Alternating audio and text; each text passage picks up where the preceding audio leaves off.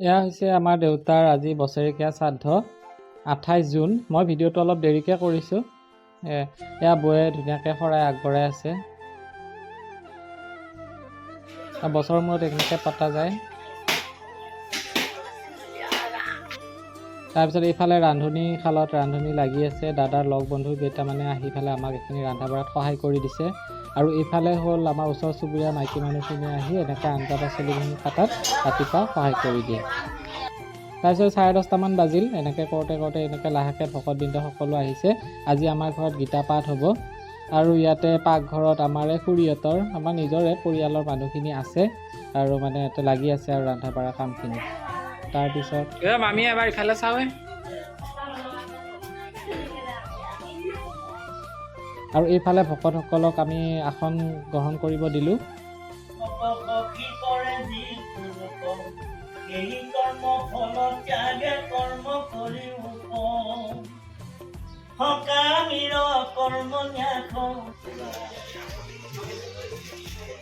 এয়া হৈছে চাহৰ যোগাৰ।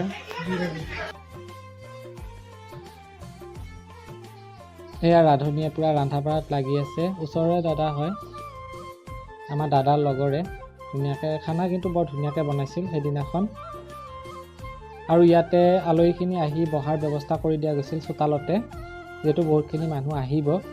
আৰু ইফালে ৰান্ধনীশালত পূৰা লাগি আছে আৰু ফুল ভল্টেজ। এয়া বুন্দিয়া, চাহৰ নাস্তা বুন্দিয়া। আৰু এইটো মামী আমাৰ ঘৰত আহিয়ে থাকে আৰু বহুতখিনি হেল্প কৰি দিয়ে মাক কামত। আৰু এইটো ওচৰৰে বৌ এটা। এনেকৈ ইহঁত দুটা মানে চাহৰ হেৰিত আছে, মানে চাহৰ যোগানত আছে। এইফালে পাকঘৰত পৰা মহিলা কমিটি। চাই দিয়ে একবাৰ।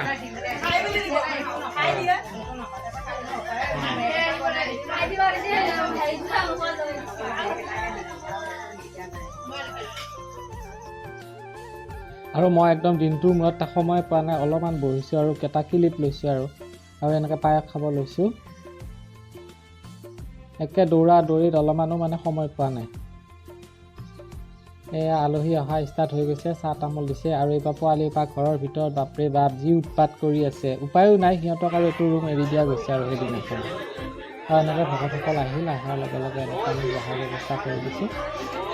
বহুতখিনি ভাল লাগিছিল আৰু বতৰটো খুব ধুনীয়া আছিল সেইদিনাখন। গৰম নহয়, ঠাণ্ডাও নহয়, বৰষুণো দিয়া নাছিল। এনেকৈ কৰি এয়া ফাইনেল লুক। আৰু ইয়াতে আমি ভকতসকলক ইয়াতে খোৱাৰ ব্যৱস্থাটো কৰি দিলোঁ, যাতে অন্ন দান কৰিব লাগে বোলে। গতিকে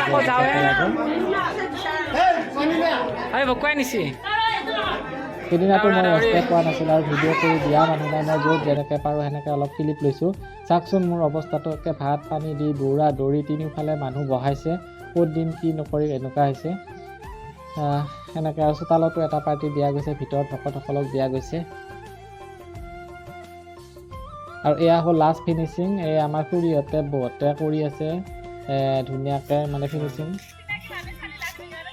এয়া কাম বন কৰি একে মানুহ পূৰা হেৰি হৈ গৈছে। এতিয়া বিদায়, এয়া লাষ্টত বিদায় পৰ্ব। এই মানুহখিনি আহি বহুতখিনি আমাক হেল্প কৰিলে, বিশেষকৈ ভিতৰুৱা কামখিনিত সহায় কৰিলে।